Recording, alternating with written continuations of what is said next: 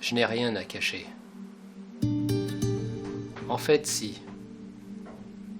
Mais vous ne distinguez pas encore la limite entre votre vie privée et votre intimité. La vie privée est ce qui vous est propre.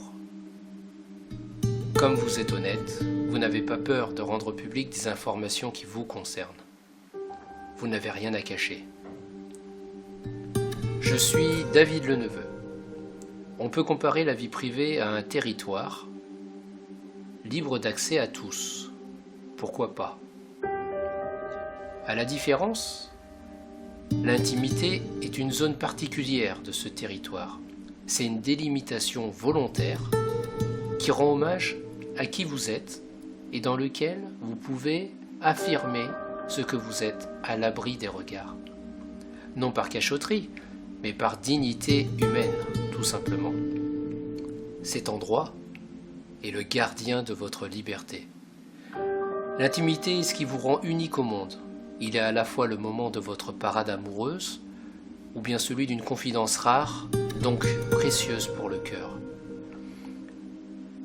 Je n'ai rien à cacher. Alors j'autorise sur moi toutes les surveillances possibles. Mais nous sommes tous reliés et interconnectés. Je suis David le Neveu, fils de Lilian le Neveu et de Christa Maillot, frère d'Isabelle le Neveu. Ce faisant, j'expose toute ma famille à cette même surveillance. Sans même leur en donner le choix, n'ont-ils rien à cacher, eux? Au nom de quelle vérité et de quelle justice ai-je le droit de leur imposer par mon choix cette surveillance indirecte et forcée? Voilà qu'en me croyant responsable, je viens peut-être de mettre en danger un proche ou l'ami d'un ami. Jamais aucune de nos actions n'est détachée d'une autre personne. Nous sommes tous reliés par des fils invisibles. Nos décisions influencent notre environnement, que nous en soyons conscients ou non. Et demain, notre société est en perpétuelle évolution vers le meilleur des mondes. Ce que je fais aujourd'hui sera-t-il légal demain? Mon légitime sera-t-il illégitime demain?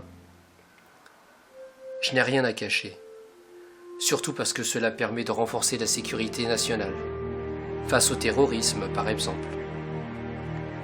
Seulement, que doit-on penser des attentats sous fausse bannière qui, semble-t-il, ne sont pas du tout une fiction? Ainsi, la tyrannie, c'est l'art de transformer une liberté naturelle en surveillance globale, où celui qui ne laisse plus de traces devient le premier suspect. Pour conclure, ne vous y trompez pas. La surveillance généralisée ne s'intéresse pas tant à qui vous êtes qu'à ce que vous partagez et avec qui. Quelle sera la légitimité de l'individu qui manipulera vos données et celles de votre entourage? L'éthique parfaite, sans lobbying, est-elle humainement possible? Le financement technologique de la surveillance de masse doit-elle être prioritaire sur celui de la solidarité sociale, en faveur des sans-abri, des sinistrés, de la pauvreté nationale? Le fait que vous n'ayez rien à cacher est inexact, car ce sont ceux-là même qui veulent vous atteindre, qui déterminent à partir des informations que vous avez rendues publiques, celles qui serviront contre vous, selon la loi du moment, aussi imparfaite soit-elle, surtout si elle n'a pas été écrite dans le cadre d'une authentique démocratie participative. En d'autres termes, vous voilà bien dans la merde. Benjamin Franklin disait « Un peuple prêt à sacrifier un peu de liberté pour un peu de sécurité ne mérite ni l'une ni l'autre et finit par perdre les deux. Finalement, peut-être que la vérité est ailleurs. Si je n'ai rien à cacher, si nous n'avons rien à cacher, sans doute que la surveillance de masse, son financement colossal et son traitement informatisé n'est en soi pas du tout une nécessité. Au lieu d'alimenter la peur envers nos semblables, ne devrions-nous pas commencer par planter des fruits dans les villes et partager l'abondance d'un bonheur social en construction? Je suis David le Neveu et je n'ai rien à cacher.